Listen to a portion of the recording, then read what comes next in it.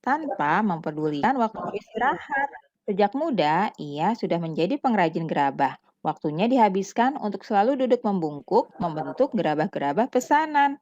Ia rajin dan pekerja keras, namun sayang, ia melupakan waktu untuk beristirahat. Akhirnya, kini tubuhnya bungkuk. Nah, anak-anak, bapak tua ini mengalami kelainan tulang. Nah, kali ini kita akan belajar tentang macam-macam kelainan tulang. Kelainan pada tulang.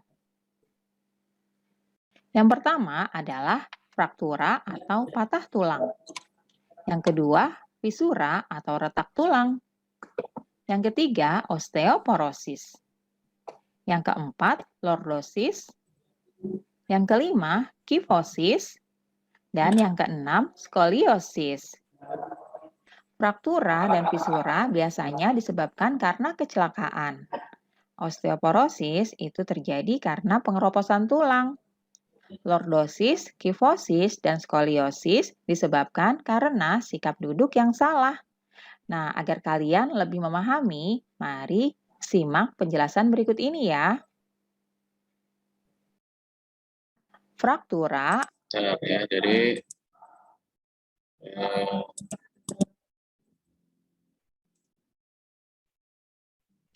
jadi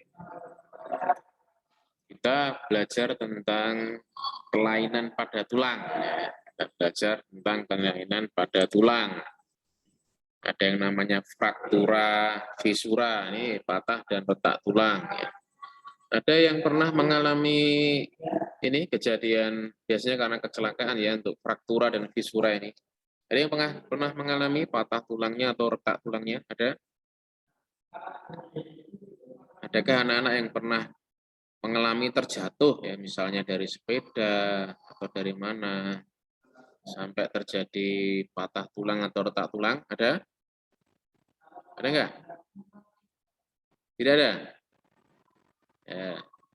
Kalau saya pernah dulu waktu SD ya, kelas berapa itu? Kelas 2 atau kelas 3? Kelas 2 kayaknya, 2 SD. Nah, ini termasuk patah tapi dibawa ke ortopedi daerah Pabilan. Kemudian ada osteoporosis. Ya, ini yang sering terjadi biasanya kalau sudah tua, ada pengeroposan tulang. Nah, coba di antara cara mengatasinya bagaimana untuk osteoporosis ini? Ya, ya. Biasanya apa? Coba kalian berpendapat. Leo, halo Leo, bisa mendengar?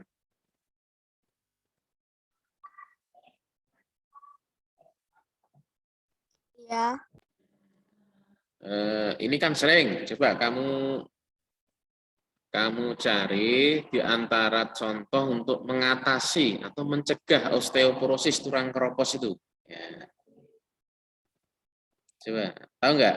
Biasanya iklan-iklan di televisi itu ada. Ya. Ada?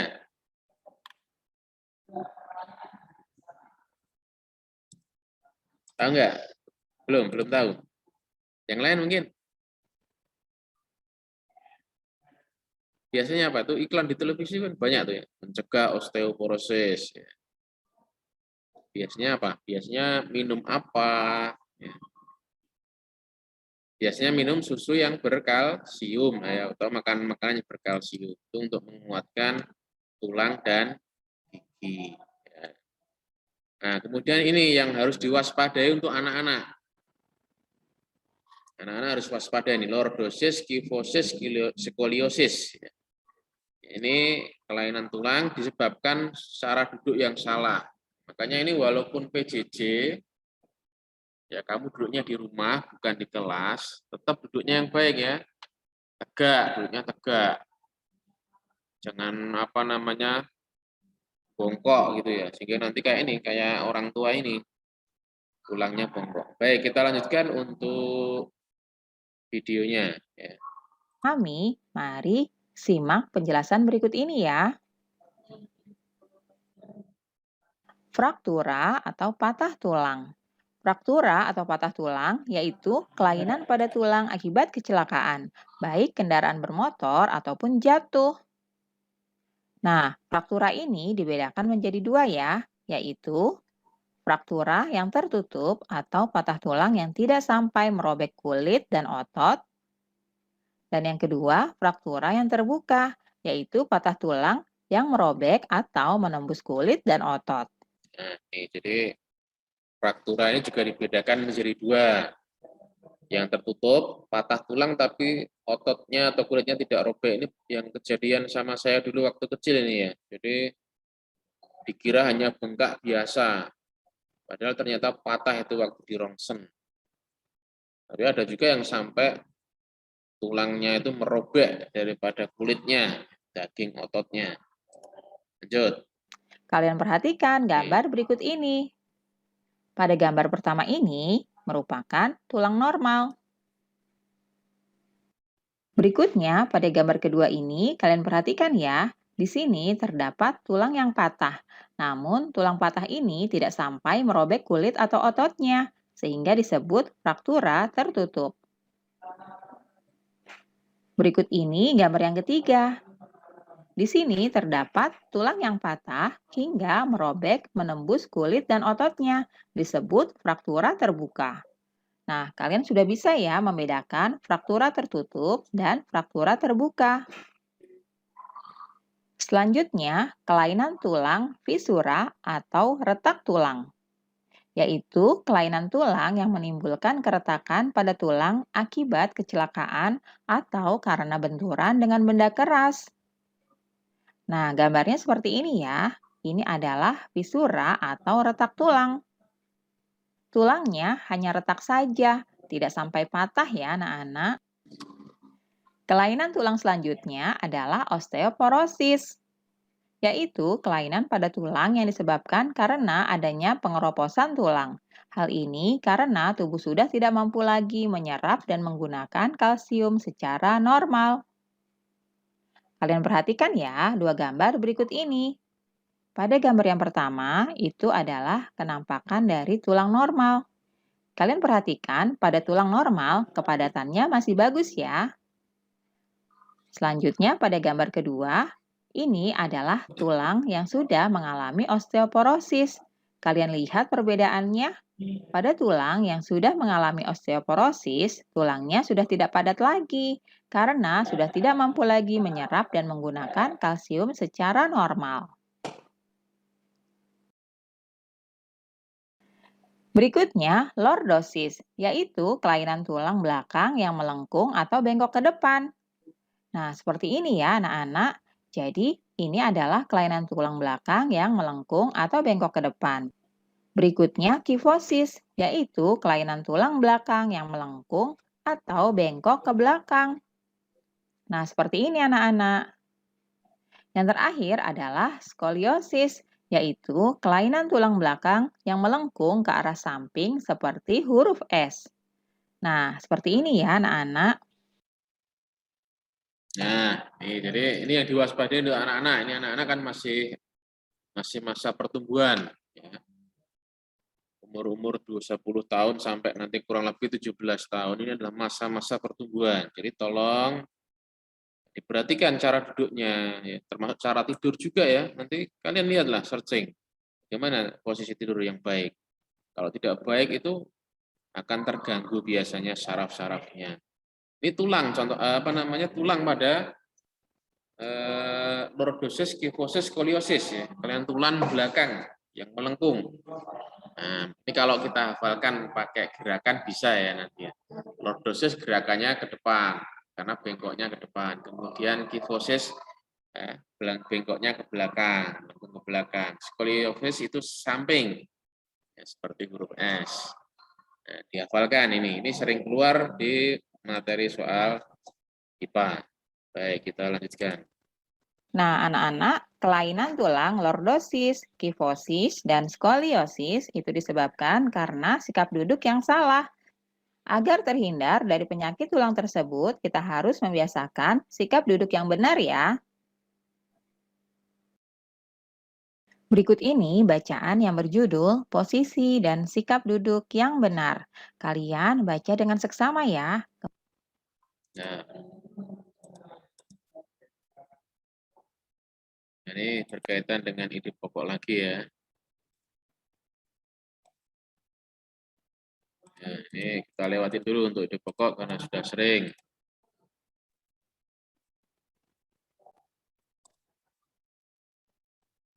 Ya, baik. Kita stop share dulu. Nah, jadi untuk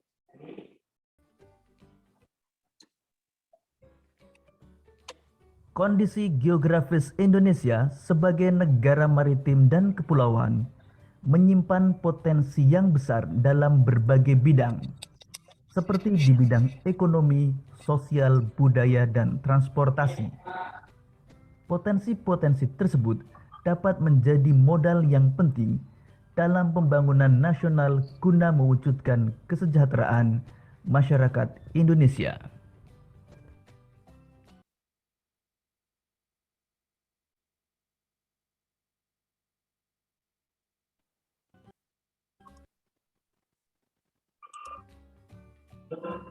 Sahabat cerdas, kondisi geografis Indonesia sebagai negara maritim dan kepulauan memiliki dampak terhadap kehidupan ekonomi dan sosial masyarakat Indonesia.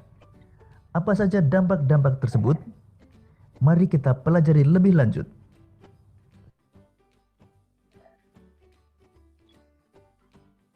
Pengaruh kondisi geografis Indonesia sebagai negara maritim terhadap kehidupan ekonomi masyarakat.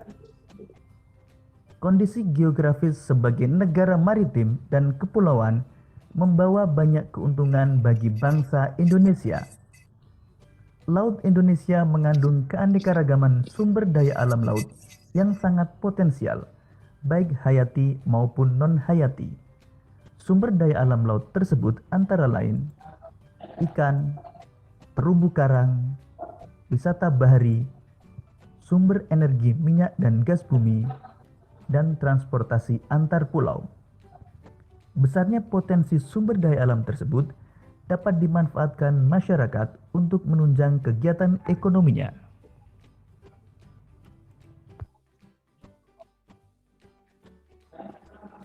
Berikut ini jenis pekerjaan yang berkaitan dengan pemanfaatan sumber daya laut.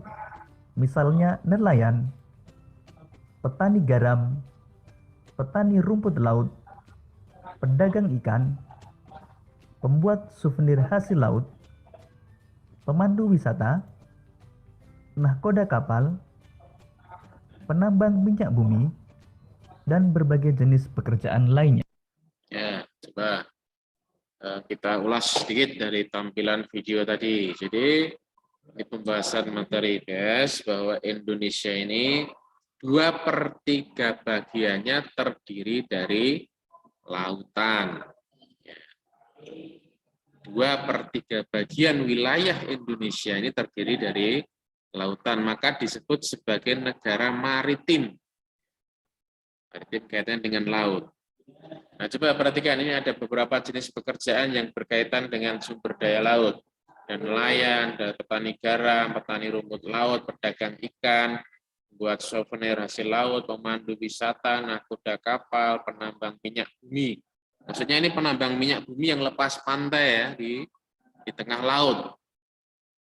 Pernah tidak kamu melihat ataupun foto ataupun video berkaitan dengan penambangan minyak bumi di tengah laut? Pernah tidak? Kalau saudara saya dulu pernah ada yang bekerja di perusahaan penambangan lepas pantai, tapi sebagai field doctor, sebagai dokter lapangan ya. Coba, ada nggak siapa yang bisa menambahkan selain ini, selain aktivitas pekerjaan yang ditunjukkan di tampilan layar ini? Selain ini apalagi? Mungkin ada.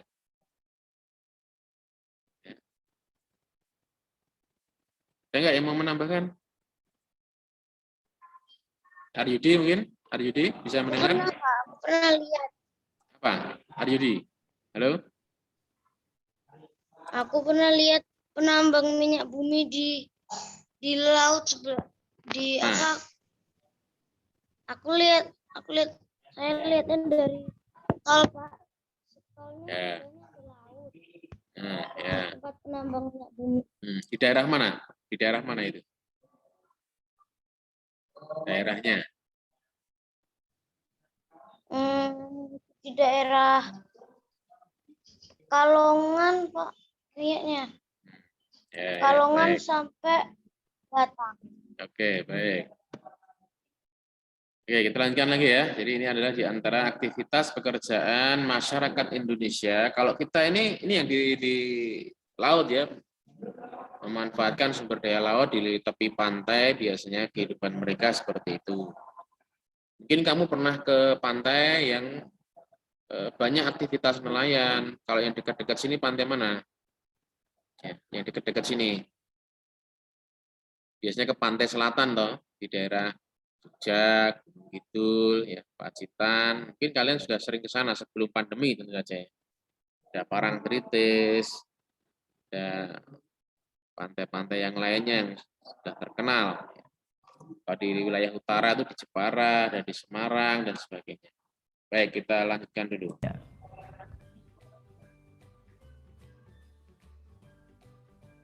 Selain berdampak terhadap kehidupan ekonomi masyarakat Indonesia, kondisi geografis Indonesia sebagai negara maritim dan kepulauan juga berdampak terhadap kehidupan sosial masyarakat Indonesia.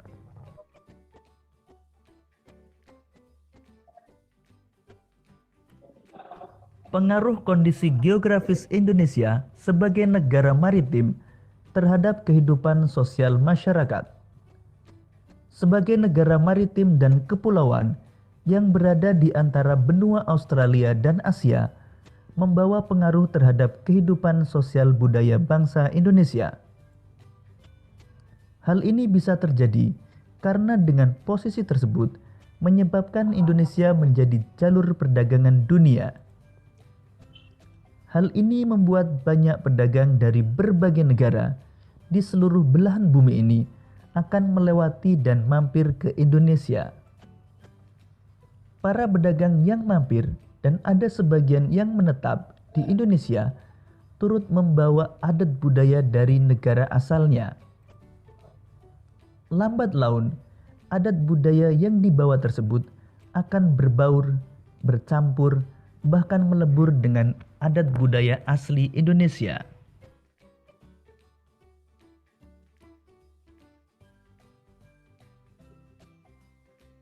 Beberapa dampak yang diakibatkan oleh letak dan kondisi geografis bangsa Indonesia sebagai negara maritim dan kepulauan antara lain: komunikasi dan interaksi antar penduduk menjadi lebih mudah, baik antar warga Indonesia maupun orang Indonesia dengan warga asing. Terjadinya pembauran, pencampuran, atau peleburan nilai-nilai antar pulau dan antar negara. Munculnya perkampungan-perkampungan etnis tertentu, seperti Pecinan dan Kampung Arab. Terjadinya perubahan perilaku masyarakat karena pengaruh masuknya pola dan nilai perilaku dari pulau, daerah maupun negara lain. Terjadinya perpindahan ilmu, pengetahuan, dan teknologi, namun tidak semuanya berdampak positif.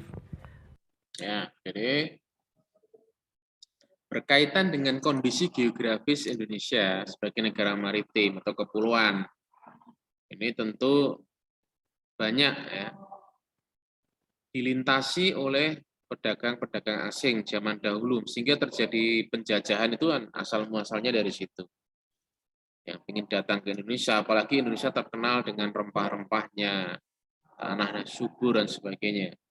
Kemudian sumber daya alamnya, minyak bumi dan sebagainya. Ini merupakan daya tarik dari orang-orang untuk datang, dari orang-orang Eropa terutama ya, Belanda, Portugis,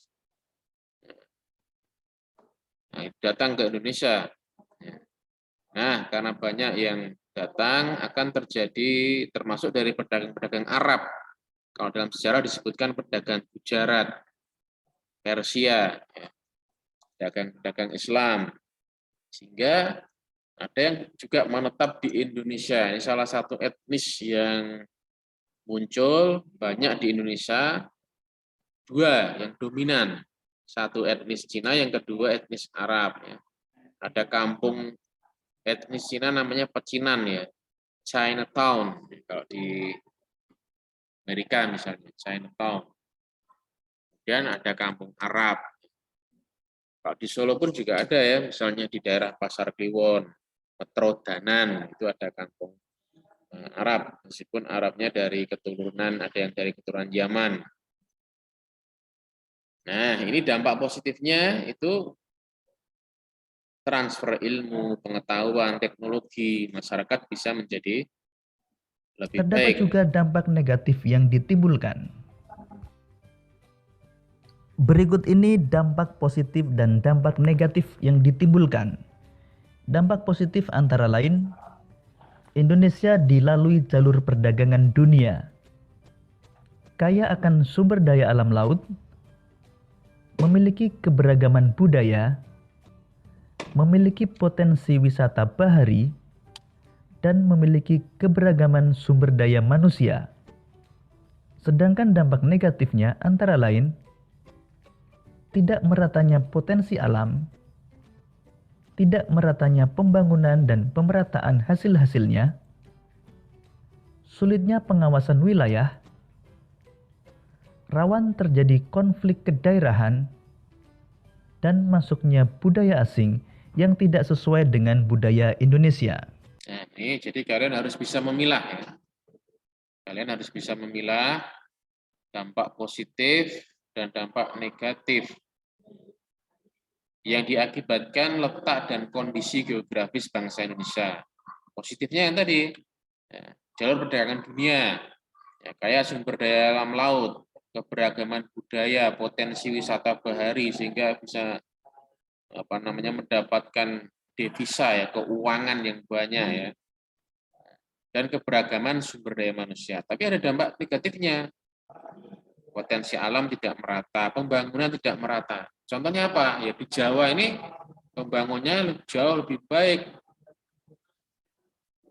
Di Jawa ini jauh pembangunannya lebih baik dibandingkan kalau misalnya kalian coba lihat videonya di daerah Papua ya. Coba lihat sana. Di Papua itu kemarin sudah kita bahas di subtema sebelumnya, bahwasanya di Papua itu saja kepadatan penduduknya itu sangat kecil ya. 10 km saja bisa terisi 1-2 penduduk saja. Nah, di samping itu jauh dari fasilitas. Ini tidak meratanya pembangunan. Sampai tahun 2021 ya. Jangankan internet ya, di sana aja mungkin listrik belum ada. Yang di pelosok-pelosok itu kasihan. Ya. Pelosok-pelosok gunung. Susah transportasinya. Ada yang pernah ke daerah Papua belum? Jauh ya, terlalu jauh kalau ke Papua ini. Kalau tetangga saya tuh, saya punya tetangga ya, tinggal di Papua karena suaminya tentara bertugas di Papua. Nanti kamu kalau ada yang cita-cita jadi tentara, bisa ditempatkan seluruh Indonesia nanti ya. Kalau tetangga saya itu suaminya tentara ditugaskan di Papua. Nah, ternyata di sana kan secara ini lingkungan juga kurang mendukung. Contohnya masih banyak nyamuk sehingga salah satu anaknya itu meninggal karena malaria ya, malaria. Jadi nyamuk anopheles gitu ya. Karena penyebarannya lewat nyamuk. Jadi di sana lingkungan juga kurang mendukung ya. Nah, ini itu tidak meratanya pembangunan. Kalau tidak merata hasilnya apa? Akibatnya apa? Yang di Jawa bagus, sementara di Papua jelek, pembangunannya kurang baik, ya pasti akan terjadi konflik. Makanya muncul gerakan OPM, ya, Papua Merdeka. Mereka ingin merdeka karena merasa tidak mendapatkan perhatian dari pemerintah pusat. Tuh. Oke, kita lanjutkan kembali. Bangsa Indonesia dikenal sebagai bangsa maritim sejak zaman dahulu. Bahkan sempat mencapai kejayaan pada masa kerajaan Sriwijaya dan Majapahit. Untuk lebih mengetahui kejayaan bahari bangsa Indonesia, mari kita baca bacaan berikut ini.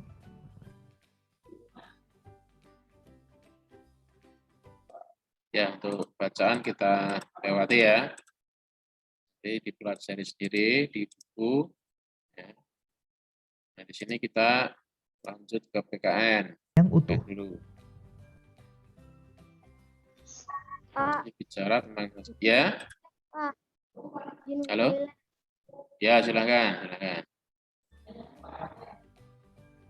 Pancasila merupakan satu kesatuan yang bulat dan utuh dari kelima silanya. Sila ke-1 menjiwai sila kedua, menjiwai sila ketiga, keempat, dan kelima. Sila kedua dijiwai oleh sila ke-1, ketiga, keempat, dan kelima.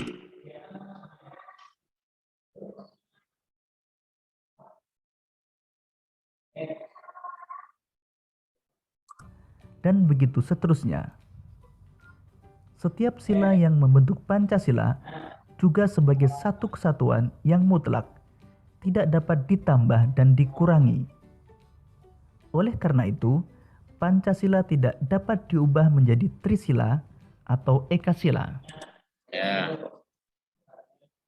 Jadi Pancasila ini, kita masuk ke PKN, merupakan satu kesatuan yang utuh.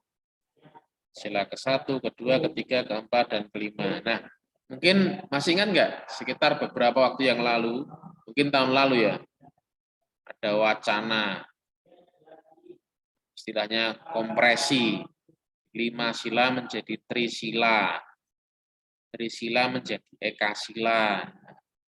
Pernah nggak dengar berita seperti itu di koran, di televisi? Dulu heboh ini, ya. Heboh ini, ada yang pro dan ada yang kontra. Kita lanjutkan dulu.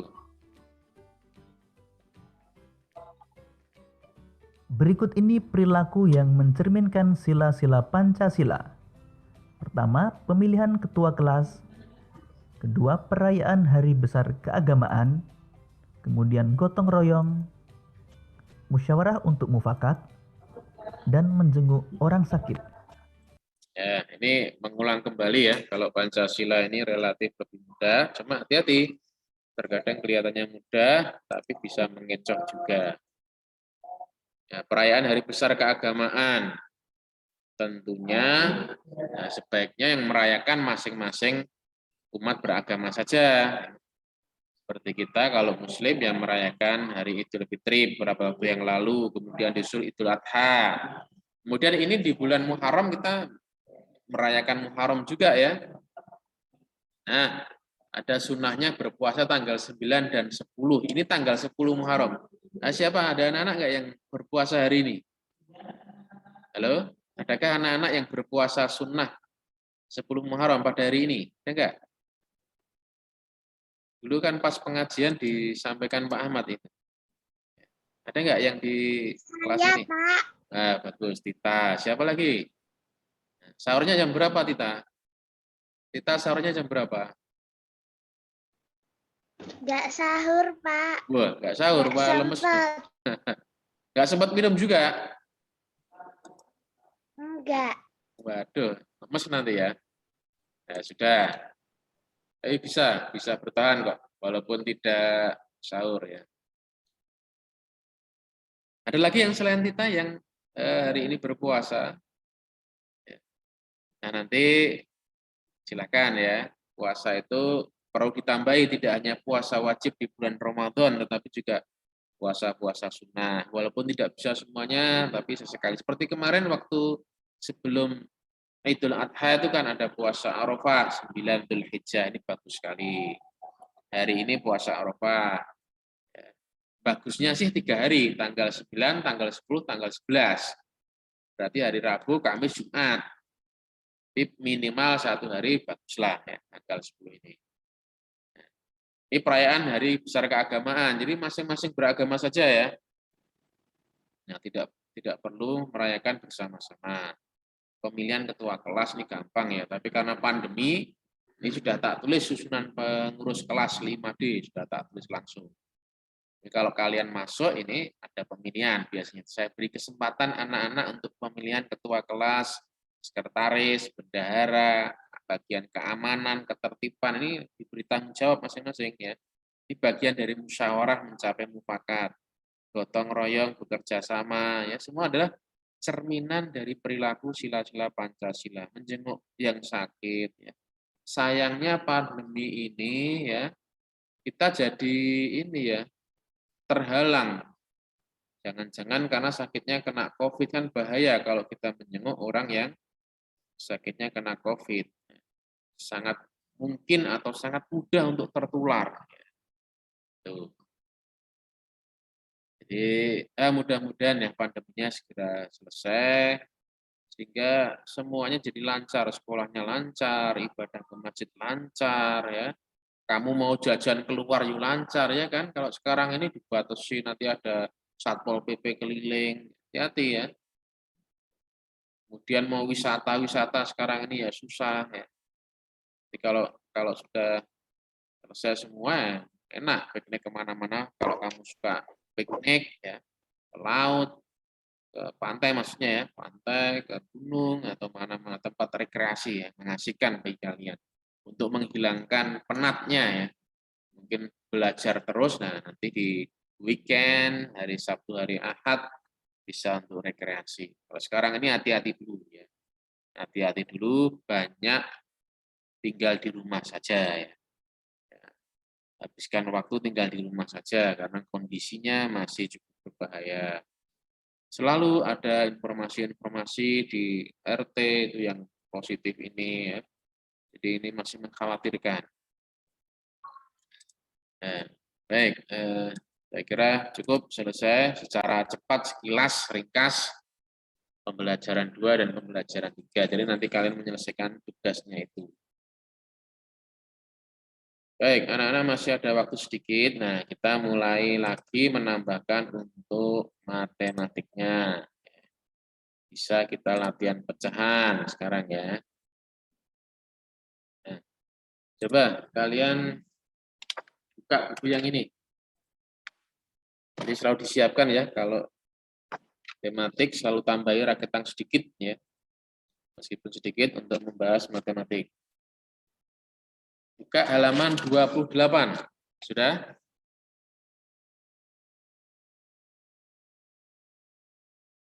Ini saya mengajari soal cerita. Atau tak tulis saja ya. Sudah dibuka belum halaman 28?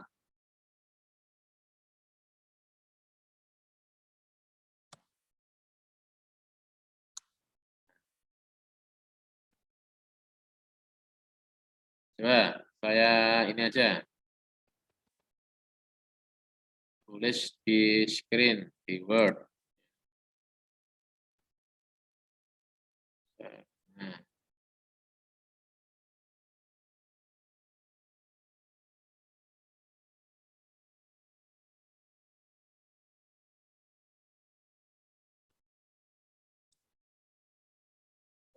Nah, tak tulis dulu soalnya. Itu nomor berapa? Itu nomor 3.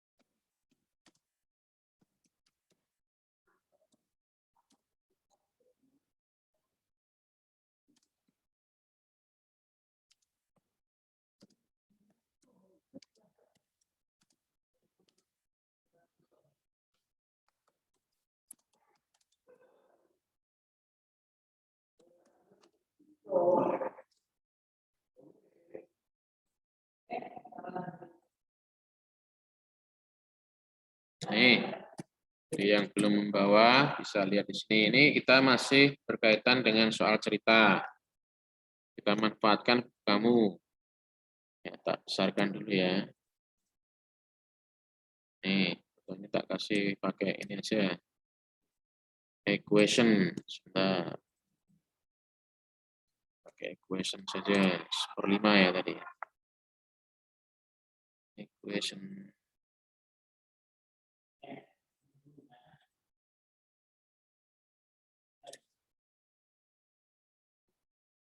Satu per 5.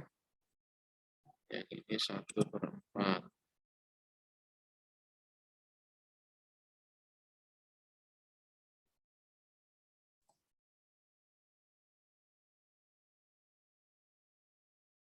Nah, kalau kemarin yang hadir hari Rabu kemarin sudah tak terangkan juga, tambahin penjelasan tentang konsep ini. Nah, ini, jadi perhatikan. Nomor 3, kita bahas sedikit saja. Nah, Pak Jaya mempunyai sebidang tanah. Kalau yang tidak buka bukunya bisa juga lihat di sini, di screen-nya. Nah, kemarin Pak Jaya sudah mencangkul 1/5 bagian. Ini sudah dicangkul. 1/5 bagian sudah dicangkul. Hari ini mencangkul lagi 1/4 bagian. Pertanyaan yang A, berapa bagian sawah yang sudah dicangkul Pak Jaya? Nah, kalau digambar, namanya diilustrasikan. Ya, saya sering mengajari kalian mengilustrasikan dengan gambar. Nah, kira-kira kalau yang sudah dicangkul itu 1/5 ya, 1/5 itu berarti kira-kira kan kalau ini sudah saya bagi 4, berarti yang dibatasi garis merah ini 1/4. Kalau 1/5 ya kira-kira seginilah. Atau kita tambah di sini biar kelihatan enak. Atau kita yang 1/4 bagian dulu ya. Nih, 1/4 bagian ditambah 1/5. Nah, ini kira-kira. Nah, jadi yang sudah dicangkul 1/4 ini ditambah 1/5. Ini sudah dicangkul. Ini sudah dicangkul.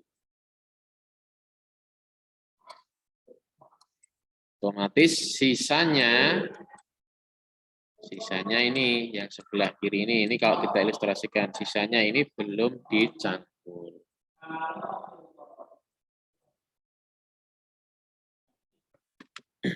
Ya, ini yang belum atau sisa.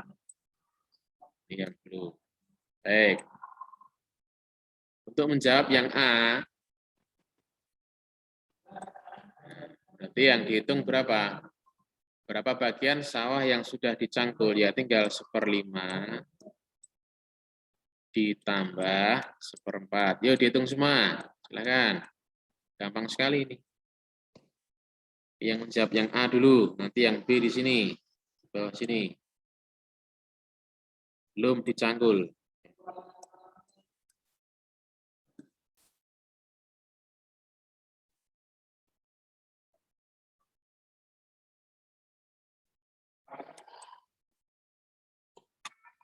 Ya, berapa yang sudah ketemu? 1/5 ditambah 1/4.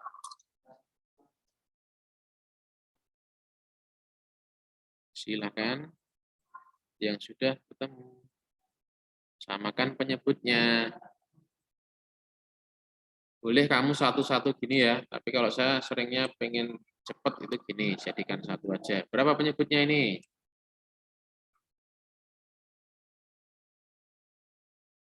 Halo, siapa yang sudah ketemu? Silakan dijawab yang sudah ketemu. 1/5 tambah 1/4 gampang sekali.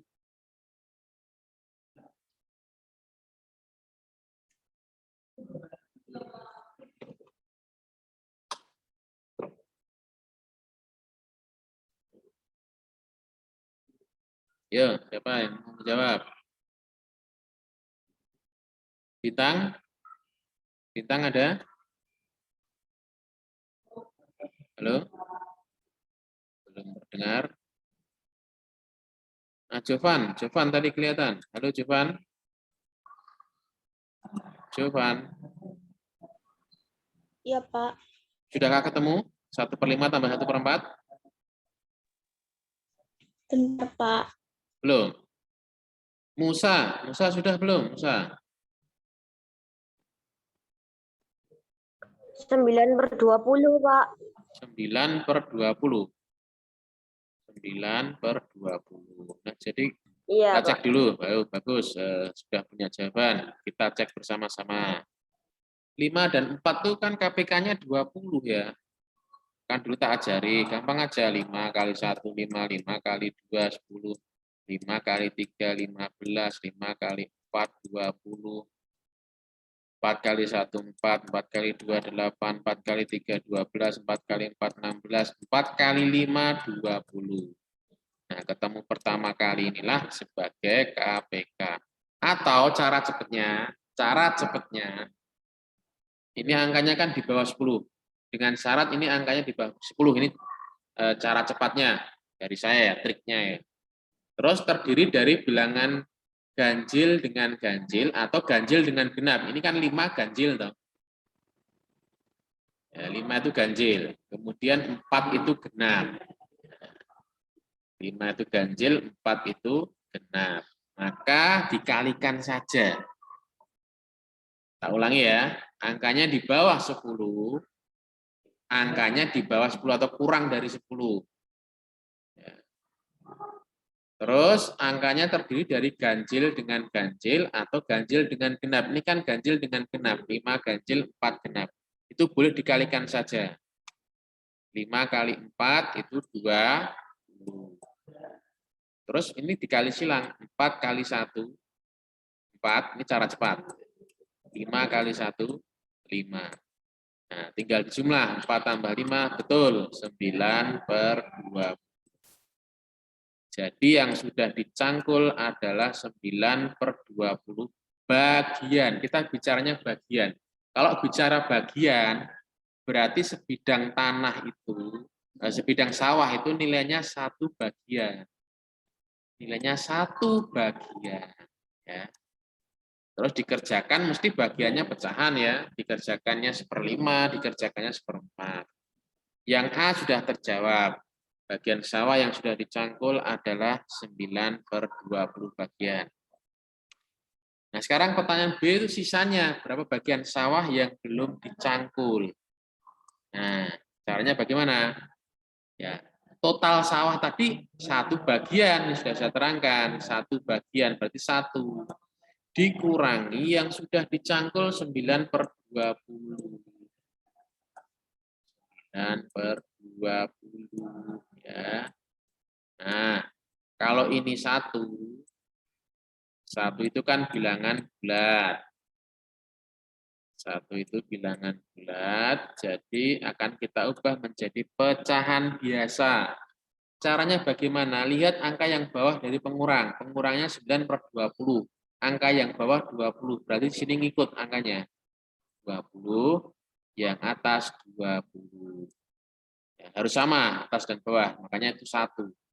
Nah, tinggal dikurangi. Ayo dikurangi, 20 dikurangi 9 berapa? 20 dikurangi 9. Ayo. 19/20, Pak. 11/20. Ini jawaban untuk yang B. 1 dikurangi 9/20 yaitu 11/20. Nah ini ya anak, tolong dibiasakan soal yang semacam ini. Penting ya, soal semacam ini sangat-sangat penting. Jadi ini tidak hanya menjumlah, tetapi juga mengurangi. Apalagi ini soal uraian, soal esai. Mengerjakannya dengan cara seperti yang sudah saya jelaskan. Baik, saya kira, apakah ada pertanyaan dulu? Ini saya hapus ya. Saya stop share ya.